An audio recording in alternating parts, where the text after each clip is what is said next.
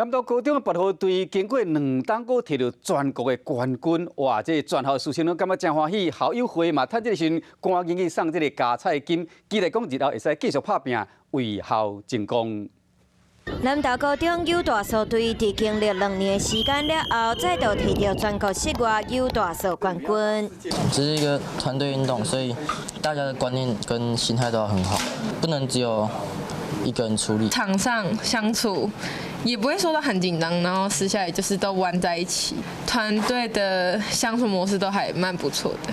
因为疫情，唔拿做伙训练的时间真少，搁爱克服能力的差别。